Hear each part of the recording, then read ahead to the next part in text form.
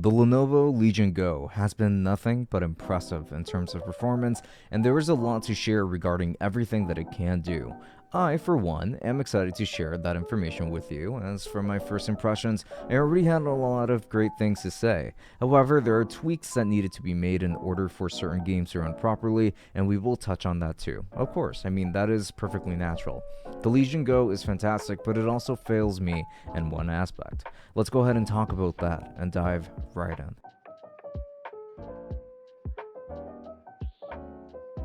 The exterior design consists of plastic for the entirety of the build, and no, the build is not distributed equally. This device still feels a little bit strange to me because of the weight distribution, with most of the weight being in the center, as this is a thicker device and the controllers are also very thick, but because they're detachable, they were made to be lighter and almost hollow feeling, and it definitely feels like it when holding it up. There are some grips around the back that do help, but they are not ideal really, especially because of the buttons around the back being the way that they are, because I still have not gotten used to those buttons being where they are.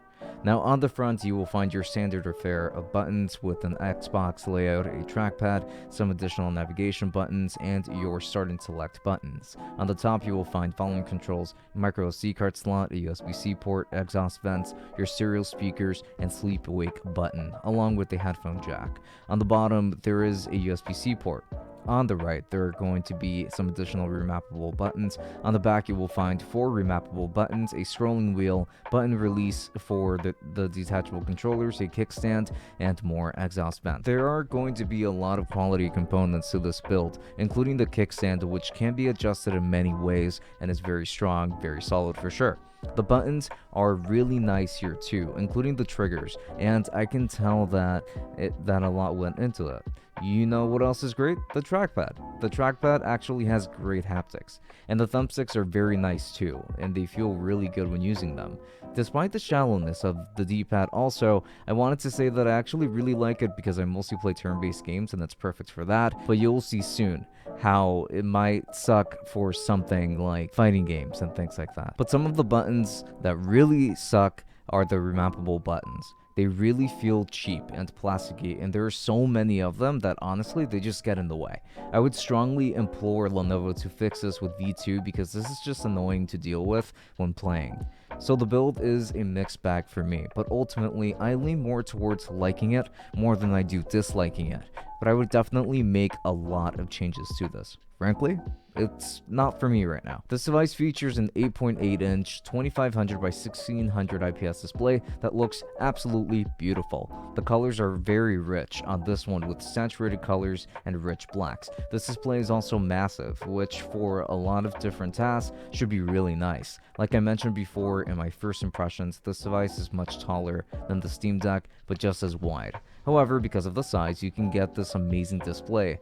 And have I mentioned that it runs at 144 Hz? Because it does, and the refresh rate feels incredible here too.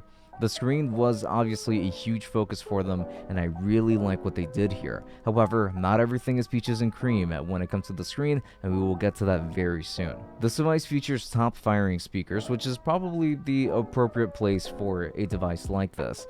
I don't think that I would have chosen a better position considering that the screen is so large and it takes up so much space, and the controllers are detachable, so attaching the speakers so that would not be wise.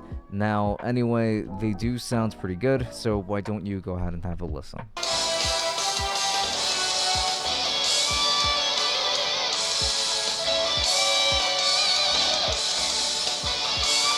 This device features an AMD Ryzen Z1 Extreme CPU, Radeon graphics, 16GB of RAM, and 512GB of SSD storage. This device has a lot packed into it when it comes to its specs, so we can expect a lot of great things from it for sure. So let's go ahead and begin with performance in Final Fantasy VII Remake, which at first did have some issues running on this device. I had to turn down a lot of things in order for this game to run at 1080p, but once you turn those things down, not necessarily off, but just down, then you will get much better performance without having to do too much. The shadows are clearly not the same, and with the display being as large as it is, you can see so many of these details, which I think works for and against this device. On one hand, depending on the game, it's really cool actually seeing all of these details in the game, and it can look really amazing. Having a giant display to travel with that can display potentially fantastic graphics. Then there are those moments when you have to make concessions, and that giant display makes it possible to notice a lot of blemishes. That is unfortunately where the Legion Go fell when it came to some of the games that I tested, and we will talk about that soon. But regarding Final Fantasy VII, it's not so egregious that the game changes entirely. The compromises are fine for what you get, and the game looks beautiful still. Doom was one of those games that actually did look very good on this display, and I was grateful to see that. I mean, a game from 2016 better look good on a 2023 device, right?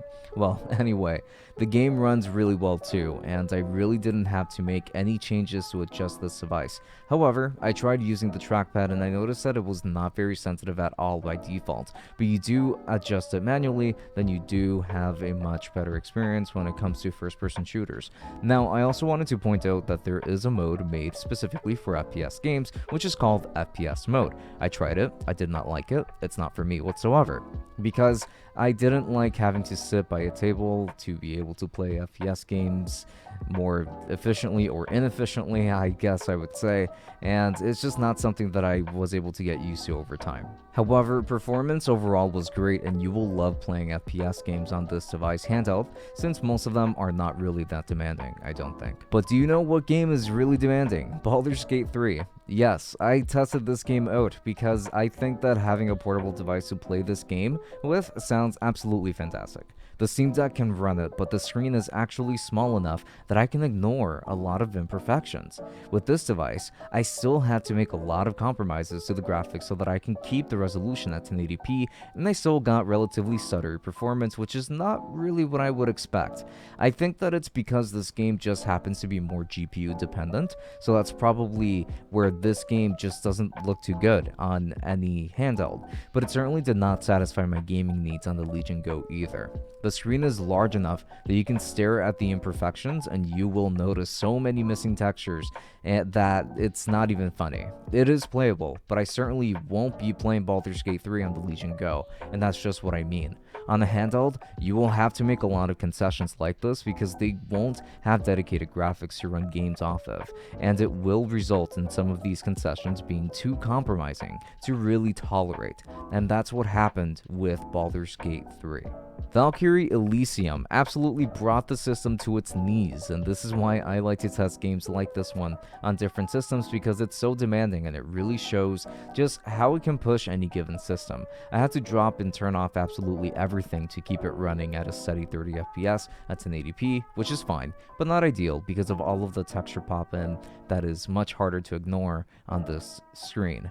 You will have to make a lot of concessions for a game like this just to play it, which is not really ideal. But the fact that this game is so much more playable than it was on the Steam Deck, where it almost doesn't run at all, gives me a sense of how powerful this device really is. Or that is to say, how much more powerful this device is. It's still pretty incredible to see the differences, even if I wouldn't consider this game to be so playable, even on the Legion Go. That's just the sad reality, but trust me, this device can play a lot of different games. The purpose of these tests is just to show how far you can push this device and to what extent acknowledging its limitations. That's why I'm actually happy to report that Elden Ring will run really nicely on this device, easily running at 1080p 60 with the right concessions in mind. I did experience a crash once with this game, but it hasn't happened since I first launched this game, which is good. So yes, I'm happy to report that Elden Ring is fully playable on this device, and it does look great to boot. No visual compromises that could ruin the experience to any extent really, and you can easily play this game at a very stable 60 frames per second without issues, so that's always great to see.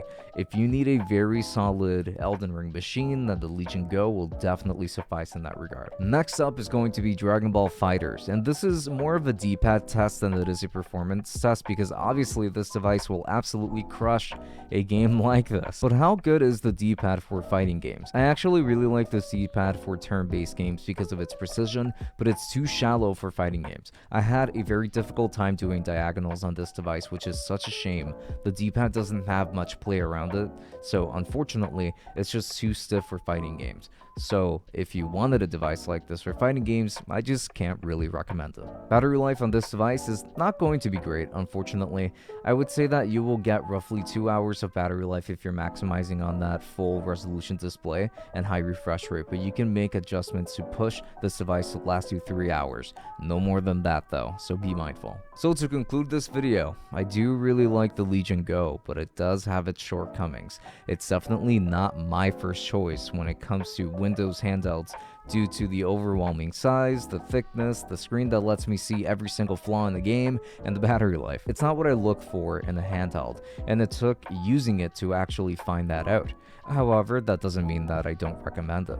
It has a lot of cool features, and that same display is actually really amazing. I think this device has a ton to offer, and the price is not too terrible. And so yes, I can recommend this almost wholeheartedly, as just because I didn't like it as much doesn't mean that many other people won't either, because many still will, and I can definitely tell. So thank you so much for watching this video all the way up until the very end. I do really appreciate it, and I will try to find affiliate links to this for Amazon down below so that you can go ahead and grab yours, because this device is absolutely worth it. If I can't find any Amazon links, then that is unfortunate. But if you do use my Amazon links, any of my Amazon links, you'd be helping out the channel a lot actually. So I would appreciate that a lot, because it helps us make it possible to get more review units like these for the channel. Now, with that said, also please make sure to follow me on the rest of my socials. And yeah, with that said, this has been Francisco from Tech Summit. Thank you for watching, and until next time, enjoy, have a good one, and have a good night.